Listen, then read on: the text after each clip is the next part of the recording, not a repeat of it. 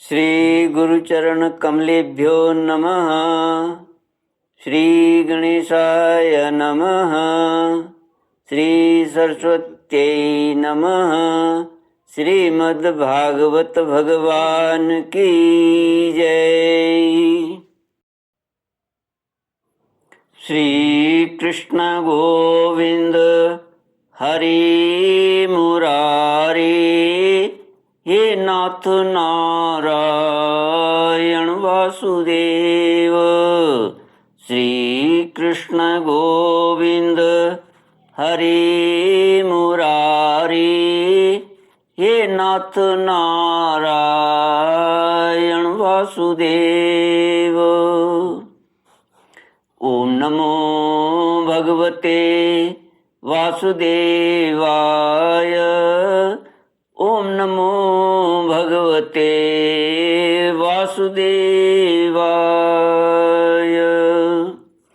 कृष्णाय वासुदेवाय हरये परमात्मने प्रणतक्लेशनाशाय गोविन्दाय नमो नमः। सच्चिदानन्दरूपाय विश्वोत्पत्त्यादिहेतवे तापत्रयविनाशाय श्रीकृष्णाय वयं नमः। सच्चित आनंद स्वरूप परमात्मा जो सृष्टि के उत्पत्ति, पालन और श्रृंगार करता है तथा जीवों के आध्यात्मिक, आदि दैविक, आदि भौतिक तापों को नष्ट करने वाले हैं, अर्थात जीवों के मानसिक, शारीरिक और भौतिक दुखों को दूर करने वाले हैं, उन श्री कृष्ण भगवान को हम नमस्कार करते हैं। श्री कृष्ण गोविंद हरि मुरारी, हे नाथ नारायण वासुदेव। श्रीमद्भागवत एकादश स्कंद अथ त्रयोविंशोऽध्यायः। वादरायणीरुवाच स एवमाशंसित उद्धवेन भागवत मुख्येन दाशार्हमुख्यः सभाजयन् भृत्यवचो मुकुन्दः तमाबभाषे श्रवणीयवीर्यः। श्रीभगवानुवाच बार्हस्पत्यसवेनात्र साधुर्वे दुर्जनैरितैः दुरुक्तैर्भिन्नमात्मानं यशमाधातुमीश्वरः न तथा तप्यते विद्धः पुमान् बाणेषु मर्मगैः यथा तुदन्ति मर्मस्था ह्यसतां पुरुषेशवः। 11वां स्कंद 23वां अध्याय। एक तितिक्षु ब्राह्मण का इतिहास। श्री सुखदेव जी कहते हैं, परीक्षित, वास्तव में भगवान की लीला कथा ही श्रवण करने योग्य है। वे ही प्रेम और मुक्ति के दाता हैं। जब उनके परम प्रेमी भक्त उद्धव जी ने इस प्रकार प्रार्थना की, तब यदुवंश विभूषण श्री भगवान ने उनके प्रश्न की प्रशंसा करके उनसे इस प्रकार कहा। भगवान श्री कृष्ण ने कहा, देवगुरु बृहस्पति के शिष्य उद्धव जी, इस संसार में प्रायः ऐसे संत पुरुष नहीं मिलते जो दुर्जनों की कटुवाणी से बिंधे हुए अपने हृदय को संभाल सकें।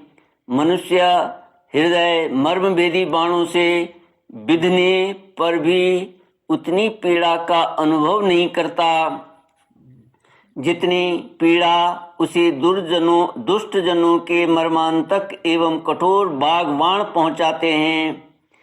उद्धव जी, इस विषय में महात्मा लोग एक बड़ा पवित्र प्राचीन इतिहास का करते हैं। मैं वही तुम्हें सुनाऊंगा, तुम मन लगाकर उसे सुनो। एक भिक्षुक को दुष्टों ने बहुत सताया था, उस समय भी उसने अपना धैर्य न छोड़ा और उसे अपने पूर्व जन्म के कर्मों का फल समझकर कुछ अपने मानसिक उद्गार प्रकट किए। कुछ अपने मानसिक उद्गार प्रकट किए थे, उन्हीं का इस इतिहास में वर्णन है। प्राचीन समय की बात है। उज्जैन में एक ब्राह्मण रहता था। उसने खेती व्यापार आदि करके बहुत सी धन संपत्ति इकट्ठी कर ली थी। वह बहुत ही कृपण, कामी और लोभी था। क्रोध तो उसे बात बात में आ जाया करता था। उसने अपने जाति बंधु और अतिथियों को कभी मीठी बात से भी प्रसन्न नहीं किया था। खिलाने पिलाने की तो बात ही क्या है। वह धर्म कर्म से रीते घर में रहता और स्वयं भी अपनी धन संपत्ति के द्वारा समय पर अपने शरीर को भी सुखी नहीं करता था।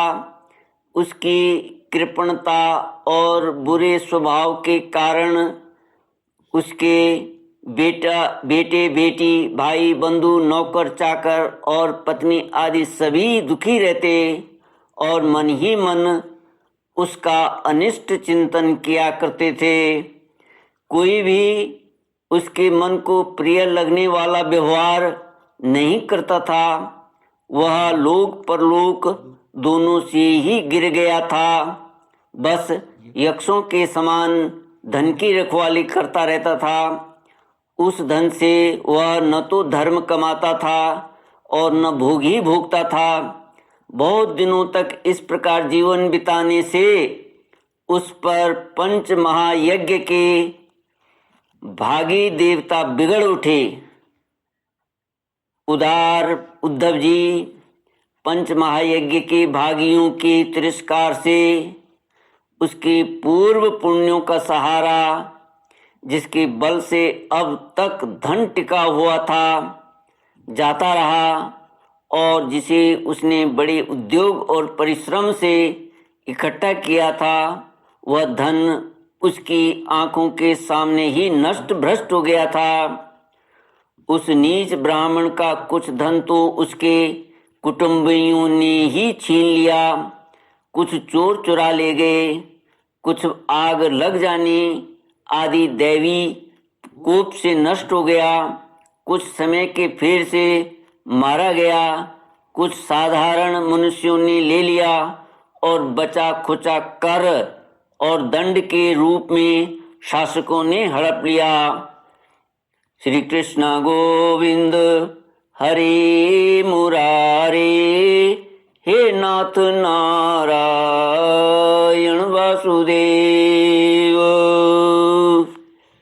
भगवान श्री कृष्ण आगे कहते हैं, उद्धव जी, इस प्रकार उसकी सारी संपत्ति जाती रही। न तो उसने धर्म ही कमाया और न भोग ही भोगे। इधर उसके सगे संबंधियों ने भी उसकी ओर से मुंह मोड़ लिया। अब उसे बड़ी भयानक चिंता ने घेर लिया। धन के नाश से उसके हृदय में बड़ी जलन हुई। उसका मन खेद से भर गया, आंसुओं के कारण गला रुंध गया। परंतु इस तरह चिंता करते करते ही उसके मन में संसार के प्रति महान दुख बुद्धि और उत्कट वैराग्य का उदय हो गया। अब वह ब्राह्मण मन ही मन कहने लगा, हाय हाय हाय, बड़े खेद की बात है। मैंने इतने दिनों तक अपने को व्यर्थ ही इस प्रकार सताया।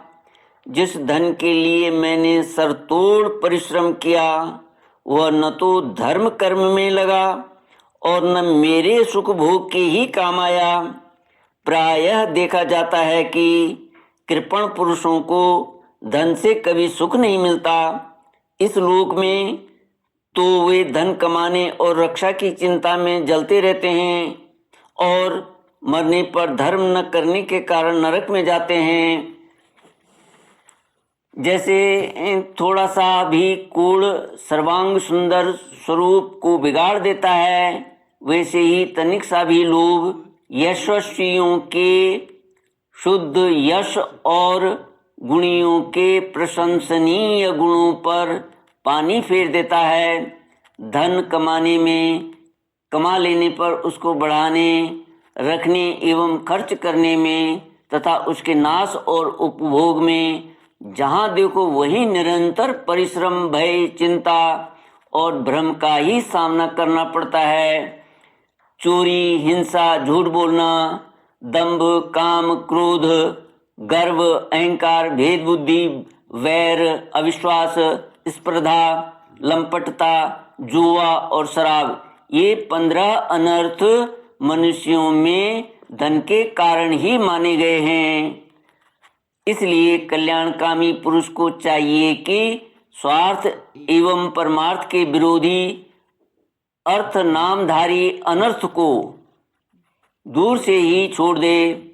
भाई, बंधु, स्त्री, पुत्र, माता, पिता, सगे संबंधी जो स्नेह बंधन से बंधकर बिल्कुल एक हुए रहते हैं, सब के सब कौड़ी के कारण इतने फट जाते हैं कि तुरंत एक दूसरे के शत्रु बन जाते हैं। ये लोग थोड़े से धन के लिए भी क्षुब्ध और क्रुद्ध हो जाते हैं। बात ही बात में सौहार्द संबंध छोड़ देते हैं, डांट रखने लगते हैं और एकाएक प्राण लेने देने पर उतारू हो जाते हैं। यहाँ तक कि एक दूसरे का सर्वनाश कर डालते हैं। देवताओं के भी प्रार्थनीय मनुष्य जन्म को और उनमें भी श्रेष्ठ ब्राह्मण शरीर प्राप्त करके जो उसका अनादर करते हैं और अपने सच्चे स्वार्थ परमार्थ का नाश करते हैं, वे अशुभ गति को प्राप्त होते हैं। श्री कृष्ण गोविंद हरे मुरारी, हे नाथ नारायण वासुदेव। ओम नमो भगवते वासुदेवाय। ओम नमो भगवते वासुदेवाय।